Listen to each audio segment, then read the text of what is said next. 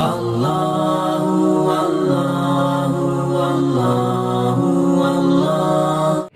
اسی طریقے سے دوسری وضاحت بھی ہونی چاہیے، وہ یہ کہ بندہ جو ہے وہ نماز پڑھ رہا ہے، نماز پڑھنے کی حالت کے اندر سامنے سے اگر کوئی بندہ گزر کے چلا جاتا ہے تو اس سے ہماری نماز نہیں ٹوٹے گی۔ بہت سارے لوگ اس مسئلے کی طرف اور ان کا ذہن اس بات کی طرف جاتا ہے کہ اگر کوئی بندہ نماز پڑھ رہا ہو اور اس کے سامنے سے اگر کوئی بندہ گزر کے چلا جائے تو یہی کہا جاتا ہے کہ یہ بندہ نماز توڑ کے جا رہا ہے اس کی، حالانکہ ایسی بات نہیں ہے۔ سامنے سے گزرنے والا جو گزر گیا ہے اس نے اس کی نماز کو تو نہیں توڑا، لیکن خود گزر کر بہت بڑا گناہ کیا ہے۔ روایت کے اندر آتا ہے کہ اگر اس کو اس گناہ کا علم ہو جائے تو 40 دن یا 40 سال تک کھڑا رہے، اور اس کی بڑی وعید آئی ہے، سخت قسم کا یہ گناہ ہے جو سامنے سے گزر کے جا رہا ہے۔ اتنا بڑا گناہ اور اتنی بڑی سخت وعید ہے، لیکن پھر بھی لوگوں کو اس وعید اور اس گناہ کا احساس تک نہیں ہوتا اور نمازیوں کے سامنے سے گزر کر جا رہے ہوتے ہیں۔ تو لہذا نمازی کے سامنے سے گزر کر جانا یہ تو گناہ کی بات ہے، لیکن اس سے یہ ہم نہیں کہہ سکتے کہ جو سامنے سے گزر گیا وہ گویا اس کی نماز توڑ کے چلا گیا، اس سے نماز ٹوٹے گی نہیں۔ ہاں البتہ اگر جو ہے وہ ایسی جگہ ہے جہاں آمد و رفت ہے، لوگوں کی آنا جانا ہے، مثال کے طور پر دروازہ ہے مسجد کا، یا کوئی ایسی جگہ ہے جہاں یہاں گھر کے اندر نماز پڑھ رہے اور گھر کا دروازہ سامنے ہے، تو دروازے سے تو سب لوگوں کا گزرنا ہوتا ہی ہے۔ اب وہ دروازے کے سامنے نماز کے لیے جو ہے وہ کھڑا ہو جائے تو اب ایسی صورتحال کے اندر جو سامنے گزر کر جائے گا تو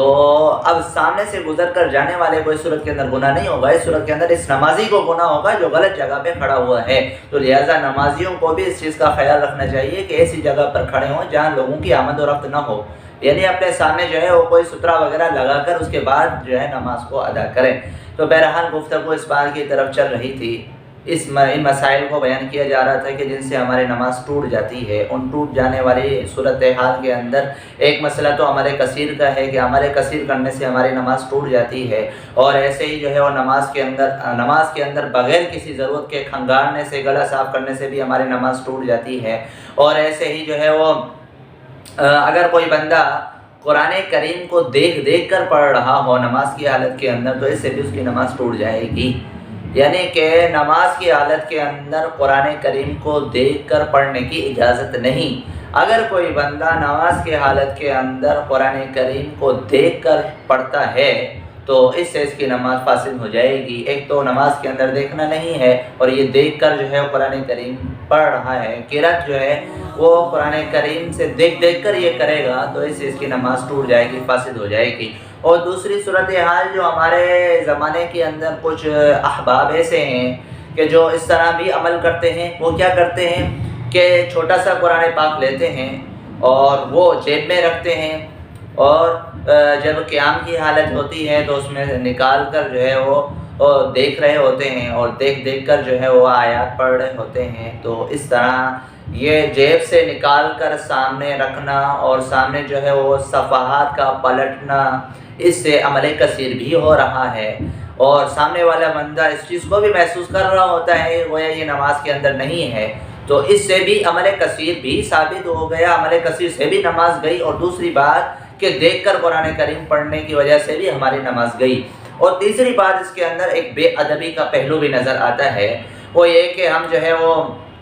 رکوع کے اندر جا رہے ہیں تو نیچے ہو رہا ہے قرآن پاک، یا سجدے کے اندر جا رہے ہیں یا جو ہے وہ چھوٹا سا قرآن پاک جیب کے اندر رکھا ہوا ہے، اور رکوع کے اندر جا رہے ہیں، سجدے کے اندر جا رہے ہیں، اور کھڑے ہو رہے ہیں، پھر نکال رہے ہیں، پھر جیب میں رکھ رہے ہیں، نکال رہے ہیں، جیب میں رکھ رہے ہیں۔ اس طرح کا جو عمل ہے ایک بے ادبی کا پہلو بھی اس کے اندر نظر آتا ہے، تو ان چیزوں سے بچنا چاہیے۔ اور سب سے بڑی بات یہ کہ قرآن کریم کو دیکھ کر پڑھنا تو نماز کی حالت کے اندر اس سے نماز ٹوٹ جاتی ہے، نماز ضائع ہو جاتی ہے، نماز فاسد ہو جاتی ہے۔ بے ادبی تو الگ ہی ہے، عمل کثیر بھی اس کے اندر پایا جاتا ہے۔ تو اس ایک ایسے عمل کے اندر بہت سارے مفاسد جمع ہو جاتے ہیں، تو ان سب باتوں کی طرف ہماری جو ہے وہ توجہ ہونی چاہیے، اور ان باتوں کی طرف عوام الناس کا ذہن منتقل ہی نہیں ہوتا، ذہن ہی ان باتوں کی طرف نہیں جاتا، تو ان چیزوں کی طرف ہمیں جو ہے وہ غور و خوض کرنا چاہیے اور دیکھنا چاہیے۔ تو بہرحال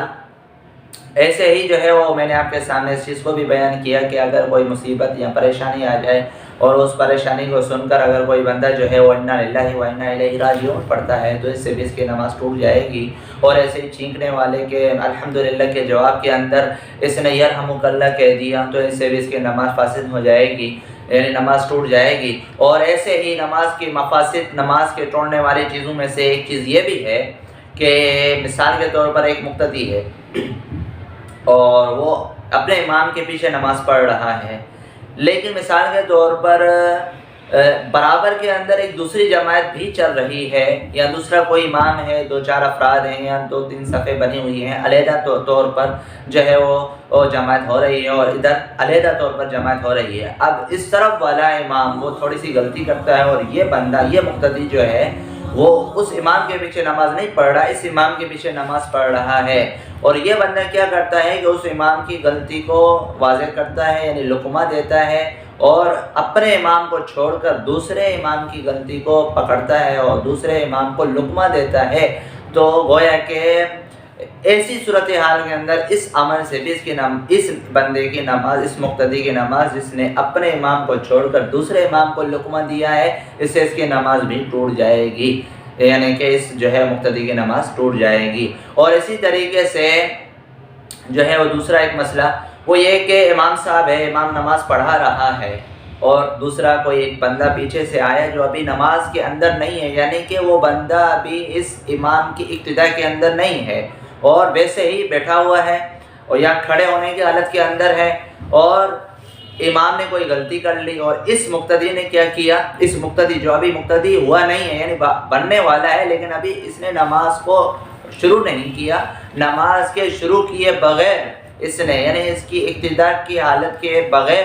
اس نے کیا کر دیا کہ اس امام کو لقمہ دے دیا، یعنی کہ نماز کے اندر نہیں ہے، خارج نماز ہے، نماز سے باہر ہے۔ نماز سے باہر ہونے کی حالت کے اندر اگر جو ہے وہ اس امام کو اس نے لقمہ دیا اور اس امام نے اس کے لقمے کو لے لیا تو اس امام کی نماز بھی فاسد ہو گئی، اس کی نماز بھی ٹوٹ گئی۔ جیسے اس کی نماز اب ٹوٹ گئی تو اس کے پیچھے جتنے بھی مقتدی ہیں ان سب کی نماز بھی ضائع ہو جائے گی، فاسد ہو جائے گی، ٹوٹ جائے گی۔ اس مسئلے کی طرف بھی ہمیں توجہ دینی چاہیے۔ اور اس مسئلے کا جو اظہار ہوتا ہے، ثمرہ جو نکلتا ہے وہ یہ ہے کہ رمضان المبارک کے مہینے کے اندر، تراویح کے اندر کچھ ایسے الفاظ ہوتے ہیں یا کچھ لوگ ایسے ہوتے ہیں جو پیچھے دوسری تیسری چوتھی صف کے اندر کھڑے ہوئے ہوتے ہیں یا بیٹھے ہوئے ہوتے ہیں اور وہ انتظار کر رہے ہوتے ہیں کہ امام صاحب، حافظ صاحب رکوع کے اندر جائیں تو ہم جو ہے وہ اس کے ساتھ شامل ہو جائیں۔ ایسی صورتحال ہوتی ہے، ان کے ذہنوں کے اندر یہ بات ہوتی ہے، اور ہوتا یہ ہے کہ حافظ صاحب سے کوئی غلطی ہو جاتی ہے اور چونکہ یہ بندہ جو بیٹھا ہوا ہے یا کھڑا ہوا ہے ابھی نماز شروع نہیں کی ہے، اس نے خارج نماز ہے، یعنی نماز کے اندر نہیں ہے، نماز سے باہر ہے، لیکن ہے حافظ، تو جیسے ہی جو مضبوط حافظ ہوتا ہے ان کے ذہن کے اندر ان کی زبان سے خود بخود صحیح آیت جاری ہو جاتی ہے اور خود بخود جو ہے وہ اپنی زبان سے اگر اس آیت کو صحیح کرنے لگے اور گویا کہ امام کو لقمہ دینے لگے تو ایسی صورتحال کے اندر جو یہ خارج نماز ہے، یعنی نماز کے اندر نہیں ہے، اور ایسی حالت کے اندر امام کو لقمہ دے دے اور وہ تراویح پڑھانے والے امام صاحب، حافظ صاحب اس لقمے کو لے لیں تو ایسی صورت کے اندر سب کی نماز چلی جائے گی، سب کی نماز فاسد ہو جائے گی۔ اور اس مسئلے کا علم بھی بہت سارے لوگوں کو نہیں ہوتا اور بہت سارے الفاظ بھی اس سے جو ہے وہ ناواقف ہوتے ہیں، بیٹھے بیٹھے یا خارج نماز کے اندر، یعنی کہ دوسرے امام کو یا اپنے امام کو، اور جن کی ابتدا کے اندر ابھی نہیں ہے، یعنی کہ نماز انہوں نے ابھی شروع نہیں کی ہوئی ہوتی اور لقمہ دے دیتے ہیں اور وہ لے لیتے ہیں لقمہ، تو ایسی صورتحال کے اندر سب کی نماز چلی جاتی ہے۔ ان چیزوں سے بچنا چاہیے۔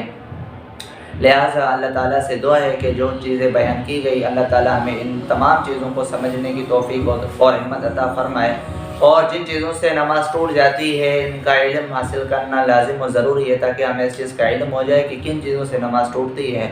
اور جن چیزوں سے نماز ٹوٹ جاتی ہے تو ان چیزوں کی طرف ہمیں جو ہے ان چیزوں کا علم ہوگا تو ہم ان چیزوں سے بچیں گے۔ اور ایسے ہی نماز کے توڑنے والی چیزوں میں سے ایک چیز یہ بھی ہے کہ نماز کی حالت کے اندر اگر کوئی بندہ زور سے قہقہ لگاتا ہے، بڑے